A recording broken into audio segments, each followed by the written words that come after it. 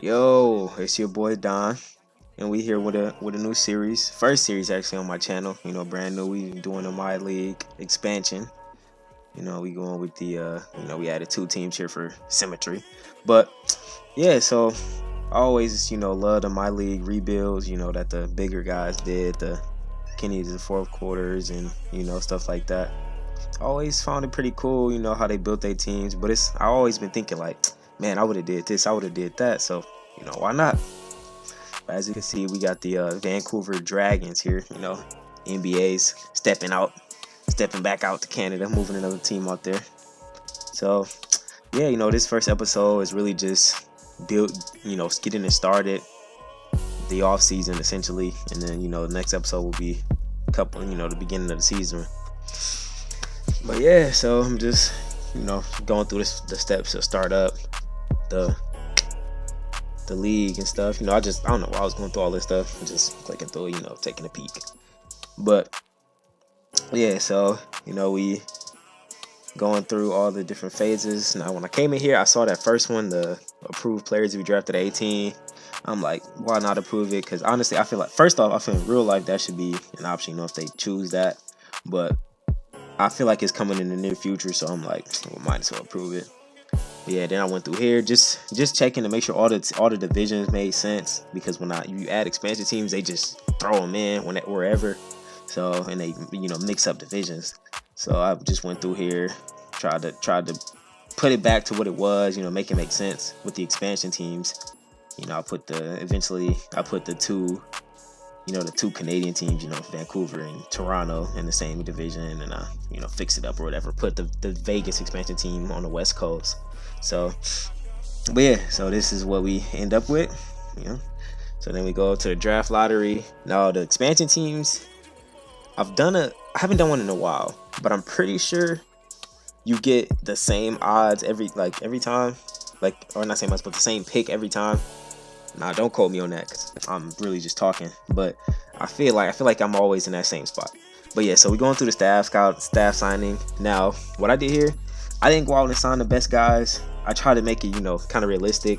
Like a person with 13 offers, is obviously a good, highly rated person. They're not gonna come to a brand new expansion team, So I went for kind of mid-tier guys, and I overpaid severely for them. I boosted up the salary a lot, just because I feel like that would make sense. You wouldn't just come to a brand new franchise. It's going to be tough. You're going to have a while before you guys are good. So I feel like the only guys you would get are kind of mid-tier guys, and you would have to overpay for them. So I didn't really, go for the Greg Popovich. Like, Pop's not coming to Vancouver. Why would he do that? He can go to anywhere else in the league. Why would he come here? So I went through, got my guys. I signed a couple, kind of signed the average guys and stuff. Just, yeah, like the Pops right there. He's not, why would he come to Vancouver, to a new team? But, yeah, so I'm trying to keep it somewhat semi-realistic, obviously, first off, all right, let me explain that. So I want it to be realistic, but I'm also thinking of this as like an alternate universe, because it's going back to the beginning of the start of the 2019 season.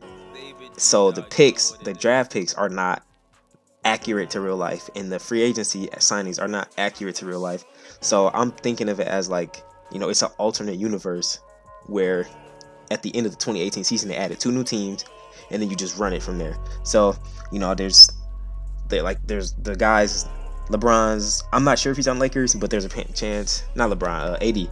There's a chance AD's not on the Lakers. There's a chance, I don't know, people left teams that they re-signed to and stuff like that. So, but as far as the moves that I make in the series, I'm gonna keep them real, keep it real. I'm not gonna trade, Isaac Bonga and 5 first-round picks for D'Angelo Russell. I'm gonna just try to keep it realistic. So, but yeah, so now we up in the expansion draft. Now I can't remember how many, what the protections were set at, how many players were protected or whatever, but it ain't no heat in here, man. I'm not gonna lie. I came in here, I'm expecting to see DeJounte Murray, guys that you normally would see when you do this, and I'm looking like, bruh, it ain't really, they ain't giving me too much to work with, bro. But we gonna make it work. We gonna make it work. But I'm going through the guys, and also there's another team. Now I'm just thinking, about some things I could have did different. But with the first pick, we went to Monte Morris. I feel like that's a good scorer. You can't go wrong with that. And I like to start my team off with a point guard because I feel like that is the most important piece to winning games as a good point guard. So I went with him. Then second pick, I went with Trier just because I like some of these guys I took is because I just like them in real life. Like Trier, that's my guy. ISO Zoe.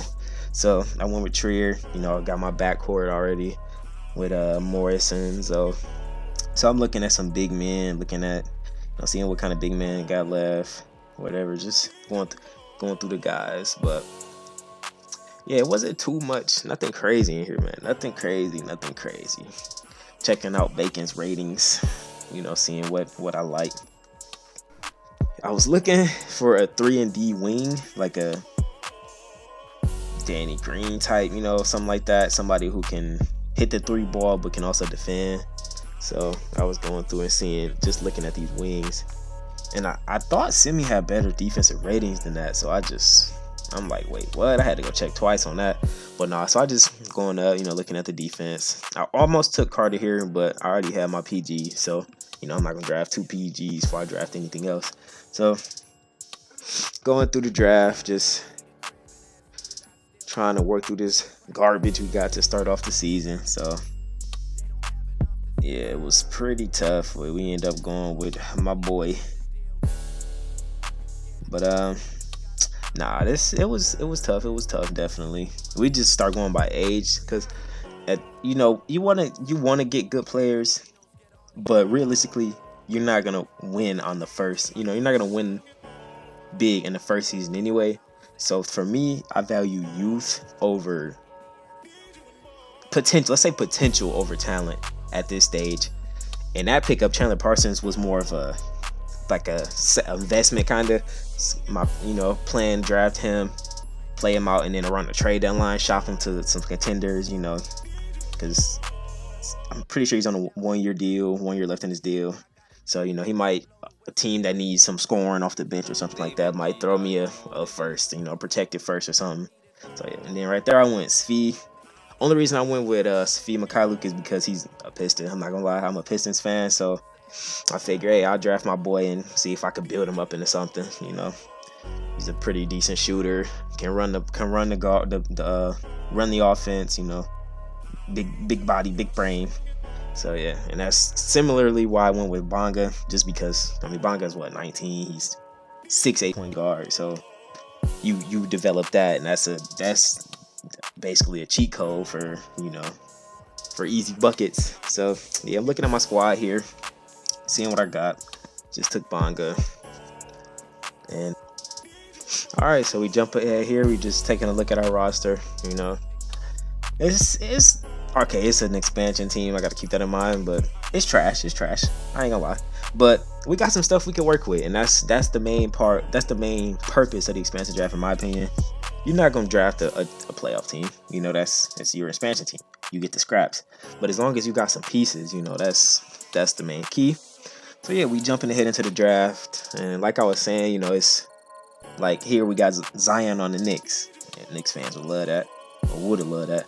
But it's not going to be accurate to real life. The lottery's different. The picks will be different. So yeah, that's what I mean when it's an alternate universe. In my opinion, it's like, let's just say they added 2 teams last year, and now you just run it from there. Now it's completely different. Changes the landscape of the league. So we go ahead to our pick. We looking. Now I was thinking about taking Garland, but I got Morris, and I personally don't think they could run the court together. They're both kind of small guards, so I kind of shied away from that. So just looking at everything I can, seeing who I want to take, and we boom, see my guy right there, Cam Reddish.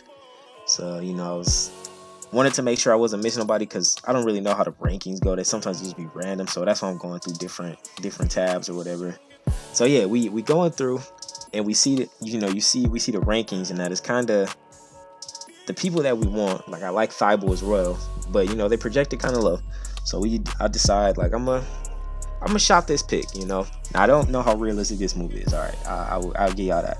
But I'm starting it off. I want to start it off how I want to start it off, if you know what I mean. So I'm gonna try to move this pick, move down, because I had my eye on Reddish, and Reddish was projected to go, a few picks later. So I figure I can trade back a couple picks, still pick up Reddish, and pick up more value. So I don't want him. You can keep him. But see that pick 12? Like, hey, let's see. And they counter off it. I don't want Pumley. I don't want these veterans. So I'm trying to get somebody cheap from them. See who's making no money. I'm like, let's try Spellman. They decline it. So, eventually we just gotta bite the bullet and take Plumlee. Eventually I decide, like, all right, just send him. We want the extra pick. Grab the extra first. That'll be huge for an expansion team. You get 2 first-round picks in the first season. So now we can go ahead and send him to our pick, and let's see who we take. And we back on the board, and right there is my guy. I mean, we kind of already know who we take. I kind of spoiled it, but so Hachimura. I went down to see if Thibault was still there. Boom. So you can go ahead and go with my boy Cam Reddish. Almost took Hero, but eventually we gonna make the decision to go with Cam. He got a ton of badges. 6'8" small forward, defense, 3-and-D kind of guy. So happy with that. Get some defense. I feel like that's a huge thing. You gotta have some wings that can defend, and that's basically the rationale for this pick as well. The second first-round pick that I picked up in that deal, and I go ahead and take my boy Matisse Thybulle. Didn't even have to think about that. Thybulle, that's my guy. He's been balling out in real life. Defensively, he's not gonna light it up, but he's gonna lock down that wing. So second round pick, we see, we looking at the board, Bol, that's easy, no hesitation, draft him. So I feel like, this is a pretty good draft for an expansion team. We got our 2 and 3 of the future, our wings, 2, 3-and-D kind of guys, solid. We got Morris, so that reason I went with that, so they can kind of pick up the slack. Morris it's not a defensive, not a defensive guy, so got 2 defenders. I could pick that up. Picked up Bol, might G League him, I don't know, but yeah, that's a bucket off the bench, Bol. And then these 2K Sims, he turns into a beast, so we definitely gonna try to get that out of him. But yeah, so we just looking through all the free agency stuff, and we're going to free agency, and like I said, I'm trying to keep it realistic as far as the moves go. So I did not. I mean, we had a ton of cap, but I did not go out, offer Kawhi, KD, Kyrie. I kind of just I skipped ahead 2 days, because just to see who's left, because they will, that's more likely, third day they will come out. All right, I'll sign with the expansion team. So we go through. We see Dre has no offers. Didn't really want him, but my guy Paul Millsap, that's who I saw. I went there. I'm like, he has no offers. He might be willing to come here. We give him 1 year. We up the money. A significant little amount, couple M's or whatever, just to send him that offer. Make it more realistic that he would sign. For a big bag, 1 year. Then after that he can go retire or whatever. So yeah, that's the only move that we made in free agency. Just picked up a vet, Paul Millsap. Somebody to mentor these young guys. A good vet. We got vets, but a good one is what we were kind of looking for. A quality vet. So that's what we got in Millsap. And go look at prayer progression. We didn't really. I mean, this is our first year, but we seen Morris got better, Trier got better, a couple guys got worse. So just taking a look at that. Go take a quick peek at our summer league roster. Basically full of guys that's on our real roster because we're a real young team. And I went through and I moved the All-Star game to Vancouver, and then next season I'm gonna move it to Vegas. Just kind of like the 2 new teams get to host. It's like the NBA trying to build some buzz around the new teams or whatever. So but yeah, set as Atlanta. We go down, find our city, and we in Vancouver with it. So yeah, we just moved out there, just kind of get some clout for the city, I guess. And we go ahead and download this rookie class. We went with the most popular one on PS4. Got a ton of downloads. Pretty sure this is what most the rebuilding guys use when they do stuff like this. So yeah, then we go ahead to our training camps. Now, one thing, I did sign a good trainer just because I need that for these camps. So that's one thing I did get a good guy with. So we kind of looking at the youngest guys to send to untapped potential, and we pick our guys. Bobo, Reddish, and I think we go Thibault with this last one. Yeah, okay, we go Matisse with the last one. So kind of our three rookies this year. We send them to the camps, hoping that they get better. And that'll wrap us up here for the first episode. Catch you guys in the next episode. See ya.